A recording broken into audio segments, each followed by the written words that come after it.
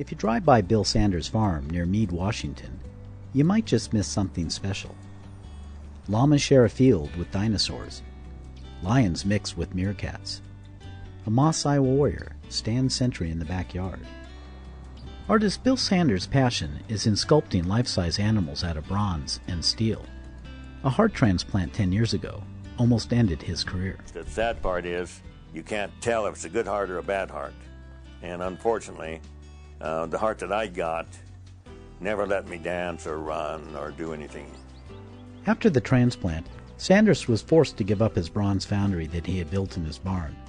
Instead, he began sculpting with sheet metal. The Triceratops, in this case, is just almost full size. I like this piece because I used quite a bit of scrap on it. I've got the eyes are deep well pump impellers, and it's got a character about it. I like it.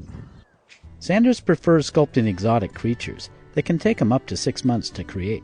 If you wait long enough, you can see a moose out here or an elk or whatever. So why sculpt them? I come on the idea of, well, the African animals you won't see. So I started with the Maasai warriors and went on from there. Sanders strived for accuracy when rendering his bronze animals.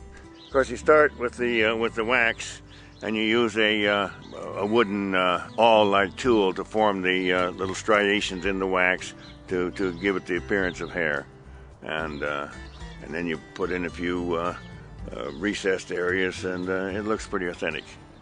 All my work has a life, not any of mine. None of my work has got any of me in it, but it's just they convey some kind of a life.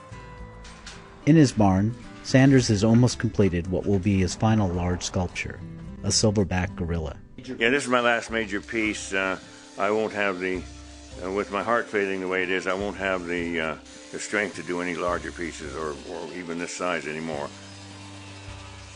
And hope springs eternal, you always say. Well, maybe I can do this. Maybe I'll get out there tomorrow. It's warm enough, and I'll be feeling good. I can get out there and start something. But I can't hardly pick that chair up anymore.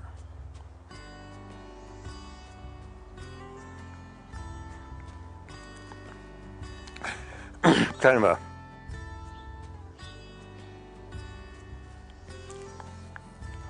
of a bad subject for me. Because of his failing health, Sanders has been selling off and donating most of his work.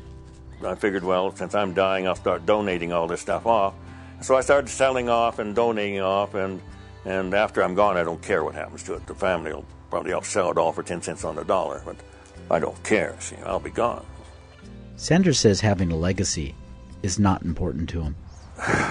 It doesn't mean anything to me to remember it. What I'd like is like these lions down at the museum, to have my name there and just say, well, Bill Sanders cast these and donated them to the museum. And that's good enough for me.